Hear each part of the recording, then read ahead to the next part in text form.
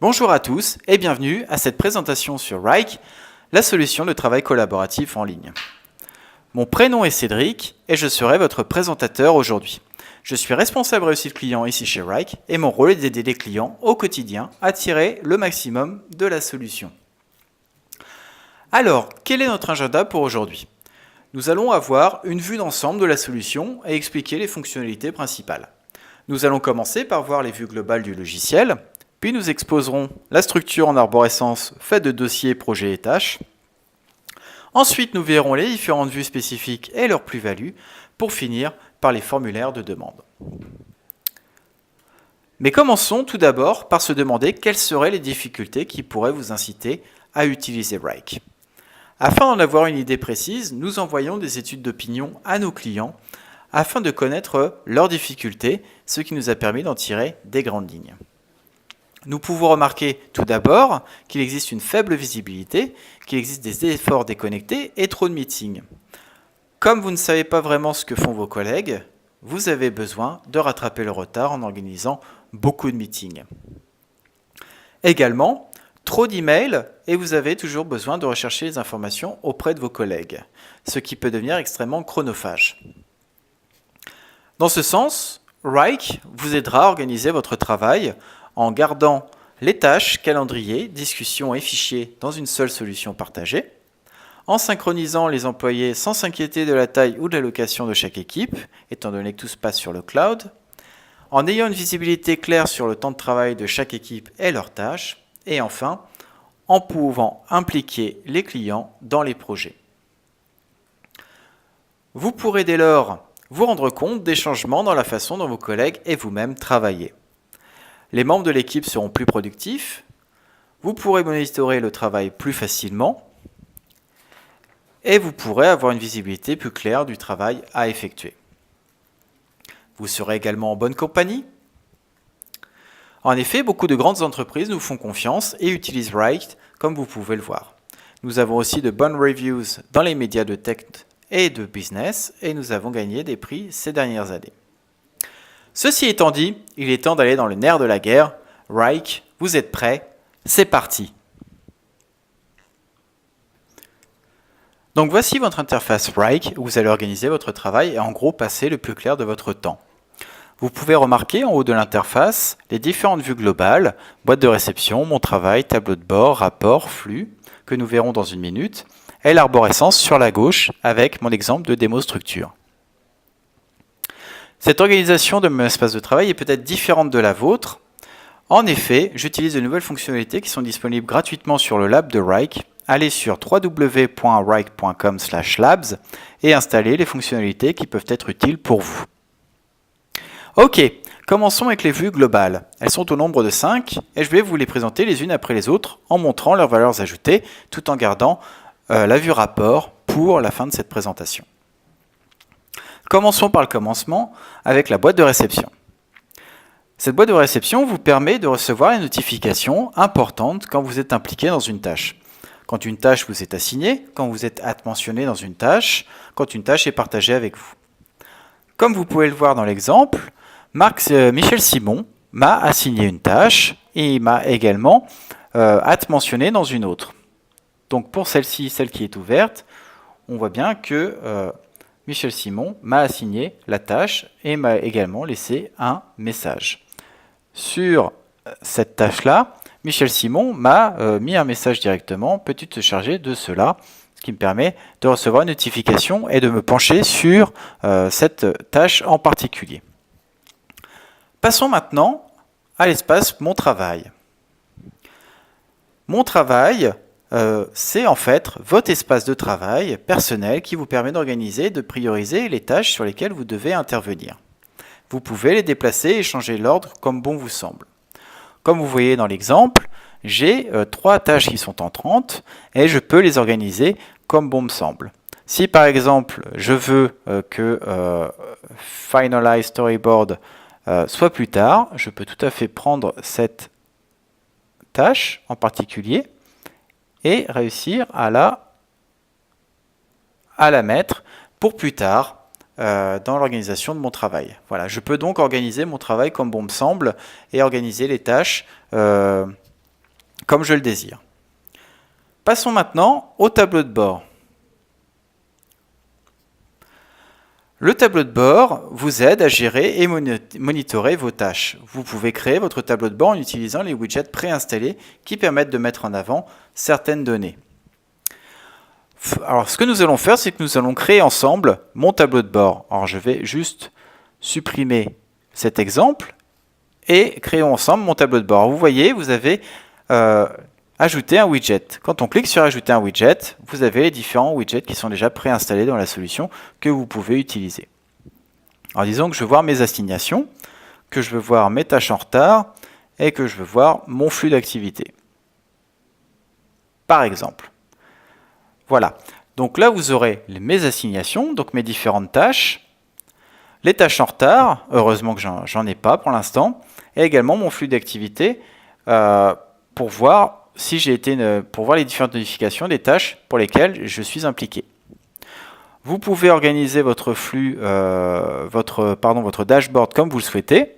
Si vous voulez organiser cela de cette façon-là, ou si vous voulez juste supprimer mes tâches en retard, rajouter par exemple échéance aujourd'hui ou cette semaine, et ainsi de suite. Vous pouvez organiser les widgets comme vous souhaitez, les supprimer, les rajouter, les organiser comme bon vous semble. On passe sur les rapports et on va directement au flux maintenant. Alors le flux, en gros, comme vous pouvez vous en rendre compte, c'est un peu comme votre flux d'actualité sur votre compte Facebook ou Twitter. Il montre les mises à jour relatives aux tâches et sous-tâches, ainsi que les mises à jour relatives aux changements dans les projets ou dossiers. Comme on peut le voir dans l'exemple, on voit qu'il y a des notifications, par exemple par rapport à l'assignement. Il y a aussi par rapport aux noms qui peuvent changer, par rapport au statut des tâches qui peuvent être terminées, et ainsi de suite. On peut également rajouter les commentaires directement dans le flux. Donc là, si on prend cet exemple-là, on peut faire @Lawrence quoi de neuf sur cette tâche. Voilà, on lui envoie et Laurence va recevoir dans sa boîte de réception une notification avec ce message et le lien pour accéder à la tâche afin qu'il puisse se pencher sur son cas. Voilà pour les flux. Alors maintenant qu'on a vu les vues globales, tout en gardant les rapports pour la fin de cette présentation, il est maintenant temps de vous montrer ce qui est sans doute la partie la plus importante de Wrike, l'arborescence faite de dossiers, projets et tâches qui vous permettent de structurer votre interface et votre travail. Comme vous pouvez le voir sur la gauche de l'écran, j'ai ma structure de démo qui est organisée de différentes façons avec des sous-dossiers différents selon la façon dont vous voulez utiliser Wrike et selon la visibilité que vous voulez donner à votre travail. Vous pouvez le faire par client. Donc là, en ouvrant le sous-dossier client, on peut se rendre compte que j'ai un dossier par client. On peut le faire également par département, où chaque département aura un dossier prédéfini avec à l'intérieur des sous-dossiers correspondant aux différentes activités de ces différents départements, et ainsi de suite. Cela dépend réellement de l'usage et de la visibilité que vous voulez donner à votre interface pour l'organisation du travail par rapport à l'activité de votre entreprise. Donc l'exemple c'est bien, mais le mieux c'est de faire un exemple ensemble afin de vous montrer à quoi cela ressemble concrètement. Donc on va créer une arborescence et une organisation ensemble.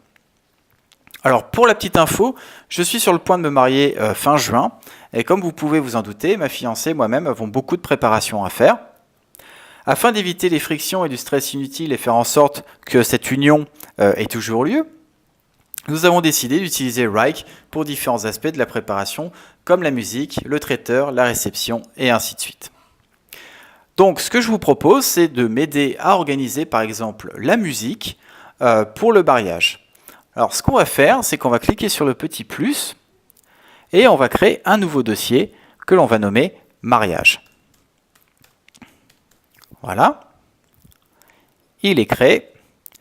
Dans ce dossier mariage, étant donné que je veux organiser la musique, on va créer un projet qu'on va appeler musique.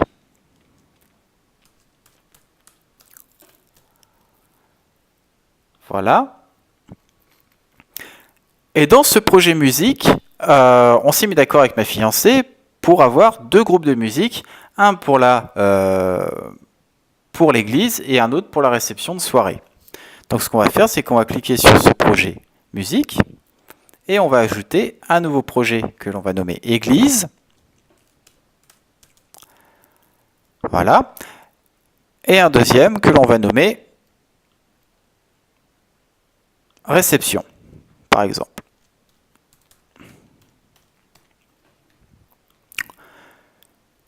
Voilà. Alors on va surtout se pencher sur le projet église. Donc, maintenant que j'ai mon dossier principal mariage avec mon projet musique et mes deux sous-projets église et réception, je dois réaliser les tâches qui vont me permettre de trouver le groupe de musique pour l'église. Alors, je vais créer différentes tâches. On va faire une tâche prospection. Voilà. On va faire une tâche contact. On va faire une tâche devis. On va faire une tâche réunion décisionnelle.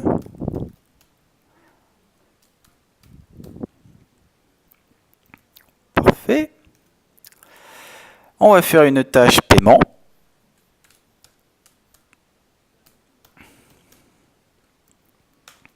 Voilà. En gros, on a nos différentes tâches pour pouvoir nous permettre de trouver ce groupe de musique, de le contacter, de lui demander un devis, de se mettre d'accord avec ma fiancée pour savoir lequel on prend, et ensuite passer au paiement du groupe qui a été choisi. Voilà. Donc maintenant, votre organisation se passe en 3 parties. Vous avez votre arborescence sur la gauche, vous avez votre liste de tâches qui correspond au projet église au milieu de votre écran, et vous avez sur la droite votre fiche pour le projet église. Si je clique sur ma première tâche qui sera, pas paiement, mais prospection, vous avez la tâche prospection qui va s'ouvrir sur la droite de votre écran, sur la droite de votre interface, avec les différentes options et les différentes fonctionnalités que l'on peut trouver sur cette tâche. Alors on va en faire un tour d'horizon, on va se concentrer sur la droite de l'interface, sur cette fameuse tâche. On va faire un tour d'horizon des différentes fonctionnalités qui se trouvent sur cette tâche. Tout d'abord, tout en haut, vous avez le nom, prospection, qui peut être tout à fait changé. Si vous voulez changer le nom ou que vous voulez rajouter des détails par rapport à ce titre, vous pouvez tout à fait le faire. Juste sur sa gauche, vous avez un point d'exclamation qui vous permet de montrer l'importance de cette tâche. Elle peut être normale, haute ou faible. Ça, c'est à vous de voir par rapport au travail que vous voulez effectuer. Dans notre cas de figure, importance normale est parfait. Vous pouvez également changer les statuts si vous le désirez. Alors là, on a les statuts par défaut actifs, terminé, différé, annulé. Donc ça, vous pouvez changer les statuts directement ici. Vous pouvez également rajouter des assignataires si besoin. Là, par exemple, on va dire que pour moi, la prospection sera pour moi. Vous pouvez mettre un commentaire pour donner les détails par rapport à la tâche prospection de groupe pour église. Voilà. Vous pouvez mettre une date de début pour votre tâche. Donc organiser votre tâche dans le temps. Vous pouvez également ajouter une entrée temporelle. Donc permettre d'enregistrer le temps que vous allez passer sur cette tâche. Vous pouvez également rajouter des sous-tâches si nécessaire. Alors là, dans mon cas de figure, ça serait rajouter des sous-tâches, peut-être une sous-tâche par groupe que je pourrais trouver sur Internet afin de faire une sous-tâche par groupe et organiser ma tâche dans ce sens. Ça peut être un exemple. Également, Je peux rajouter des documents sur ma tâche depuis mon ordinateur ou de Google Drive, Dropbox, Box, OneDrive, YouTube. Je peux également créer des dépendances directement sur ma tâche. On verra que c'est beaucoup plus simple par la vue calendrier, mais on peut quand même le faire directement sur la tâche. Et également, je peux partager directement ma tâche avec différentes personnes en cliquant sur ce petit icône. Alors, pour information, le partage dans Wrike permet la visibilité. Si vous partagez avec quelqu'un une tâche ou un projet, cette personne aura la visibilité sur l'entièreté de la tâche ou l'entièreté du projet. Voilà. Vraiment, ça c'est vraiment un concept de base de Wrike. Le partage égale visibilité. Également, vous pouvez rajouter directement des commentaires dans les tâches en cliquant sur Ajouter un commentaire en bas de la tâche. Voilà en gros les fonctionnalités qui sont disponibles directement dans la tâche. Une fois que vous avez dit vos différentes tâches et vous commencez à travailler sur le projet, vous pouvez suivre le bon déroulement du projet en cliquant sur la vue tableau agile qui vous permet d'avoir en différentes colonnes les différents statuts des différentes tâches et de les organiser selon les statuts que vous voulez leur donner. Par exemple, si je pense que le paiement peut être en statut différé, rien ne m'empêche de prendre ma tâche paiement pour l'envoyer dans la colonne du statut différé. Le statut de la tâche changera automatiquement. Voilà un exemple. Et si par exemple la prospection est terminée, j'ai réussi à terminer la prospection, je peux envoyer la prospection dans terminer. Voilà, ça vous permet d'organiser par statut les tâches et d'avoir une vue globale, une vue d'ensemble des différentes tâches par rapport à leur statut et d'organiser les tâches par rapport à leur statut. Également, si vous cliquez sur la vue calendrier, vous pourrez organiser vos tâches dans le temps et créer des dépendances. Alors là, on voit que toutes les tâches correspondent à aujourd'hui puisque je n'aurais pas encore donné de date. Si on organise cela ensemble, disons qu'on va dire que, par exemple, prospection va se passer sur cette fin de semaine, sur 2 jours, on va faire ça vite. Ensuite, on va avoir les contacts qui vont se faire sur peut-être, allez, sur 4 jours. Voilà. Hop, on va cliquer dessus, on va ouvrir la tâche. Donc on peut aussi ouvrir les tâches directement via la vue calendrier. Et on va rajouter Johanna qui sera ma fiancée pour aujourd'hui, pour cette présentation. Donc voilà, on referme et on voit que maintenant Johanna est assignée, que la tâche dure bien les 4 jours voulus, et ainsi de suite, on continue. Ensuite, on a notre devis. Allez, le devis, on va dire que ça va aller la semaine suivante et que ça va se mettre sur 2 jours. On va dire que les devis vont être vite faits. Même principe, on clique sur la tâche, on l'ouvre, on choisit les assignataires, on va choisir Johanna et moi-même pour les devis. Non, on va mettre juste Johanna. Tiens. Voilà. Ensuite, la réunion décisionnelle ne va pas nous prendre plus d'une journée. Donc on va aller là, même principe. On peut ouvrir la tâche, ajouter les assignataires. Là, dans ce cas présent, le mieux c'est qu'on décide à 2.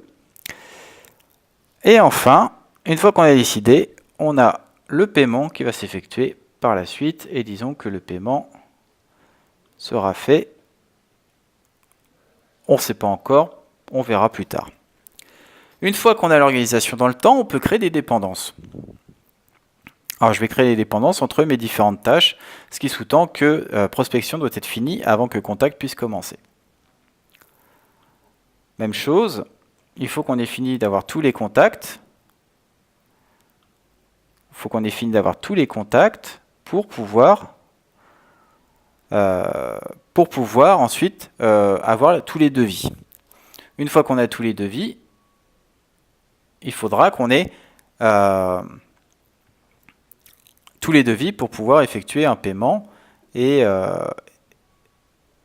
non, pardon, c'est pas celui-là.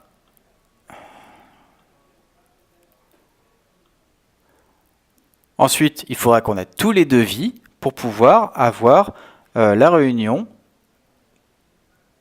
pour choisir. Et une fois qu'on aura choisi, une fois que la décision sera là, on pourra effectuer le paiement. Voilà l'organisation de mes tâches dans le temps, donc la longueur des tâches, savoir combien de jours ça va me prendre, et également de savoir s'il y a une dépendance entre chaque tâche. Une fois que c'est fait, je peux toujours aller voir ma vue charge de travail et voir à peu près comment s'organise le travail entre Johanna et moi-même. Par exemple, si Johanna est prise par le temps ou n'a pas vraiment le temps, parce qu'elle est prise au niveau professionnel et le soir, elle n'a pas vraiment le temps de le faire, je pourrais peut-être m'occuper moi-même des contacts. Donc je peux prendre la tâche contact et me l'assigner. Également, je peux assigner des tâches qui ne sont pas encore assignées. Par exemple, le paiement, et dans la partie grisée en bas, montre qu'il n'y a pas encore d'assignataire. Alors, ce que je peux faire, c'est prendre cette tâche paiement et me l'assigner directement. Et dans la tâche, je deviendrai l'assignataire de cette tâche. Voilà en gros, maintenant le travail est organisé pour pouvoir trouver ce groupe pour l'église. J'ai mes différentes tâches, j'ai mes différents assignataires sur mes différentes tâches, j'ai également les dates et la durée de chaque tâche. Maintenant, il ne manque plus qu'à passer à l'action et organiser le travail et organiser la prospection.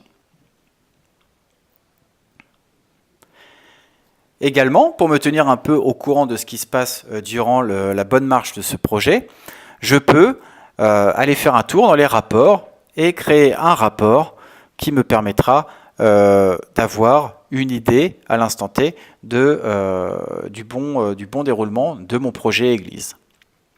Alors, comme vous pouvez le voir, nous avons des projets qui sont des rapports qui sont déjà prédéfinis dans la solution. Vous pouvez créer des rapports pour les tâches actives par chargé de mission, des statuts de projet hebdomadaire, des tâches en retard par chargé de mission, des projets à échéance ce mois-ci et les tâches non attribuées.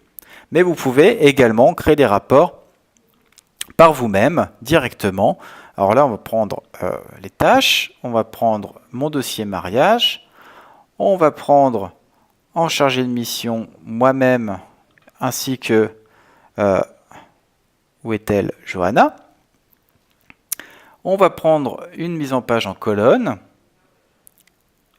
et on va créer ce fameux rapport. Alors là, on voit moi-même avec mes 4 tâches actives et Johanna avec ses 2 tâches actives. Durant le bon déroulement du projet, le statut de mes tâches va changer. Et ainsi que les tâches qui vont se trouver dans le rapport, puisque le rapport s'actualise automatiquement. Vous n'avez pas besoin de faire un rapport à chaque fois. Disons que dans une semaine ou dans quelques jours, la prospection sera finie, donc elle sera terminée, en statut terminé, ainsi que le contact. Et là, pour ces 2 tâches, on aura dans ce rapport en particulier, ces 2 tâches marquées comme terminées dans le statut. Voilà pour les rapports, très brièvement.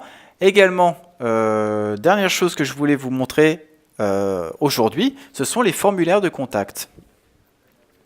Vous pouvez créer des formulaires de contact pour organiser le funnel de travail avec les utilisateurs internes et externes, ce qui permet une meilleure gestion de l'arrivée de travail supplémentaire. Alors si on va sur l'avatar en haut à droite et qu'on clique sur gestion de compte, voilà. On a sur la gauche toutes les petites options avec formulaire de demande. Et là, vous pouvez créer un nouveau formulaire de demande. Avec le nom du formulaire, les questions et ainsi de suite. Vous pouvez créer votre formulaire. L'accès au formulaire, si vous voulez que le formulaire soit activé pour le public, ou seulement le garder pour les utilisateurs internes. Également, vous pouvez savoir vous pouvez créer une tâche, un projet. Également, savoir dans quel dossier vous voulez que cette requête soit directement envoyée. Également, si vous voulez un assignataire. Et ainsi de suite. vous pouvez créer directement ces formulaires. De plus, vous n'êtes pas obligé de créer des formulaires pour pouvoir les utiliser. Vous pouvez les utiliser directement dans votre interface. Si on clique sur ce petit plus vert, vous avez la possibilité de cliquer sur Demande. En cliquant sur Demande, vous retrouverez ces fameux formulaires qui seront prêts à l'emploi. Par exemple, si j'ai une requête IT, je peux ouvrir le formulaire et remplir ma demande. Dans cet exemple, je voudrais du nouveau matériel.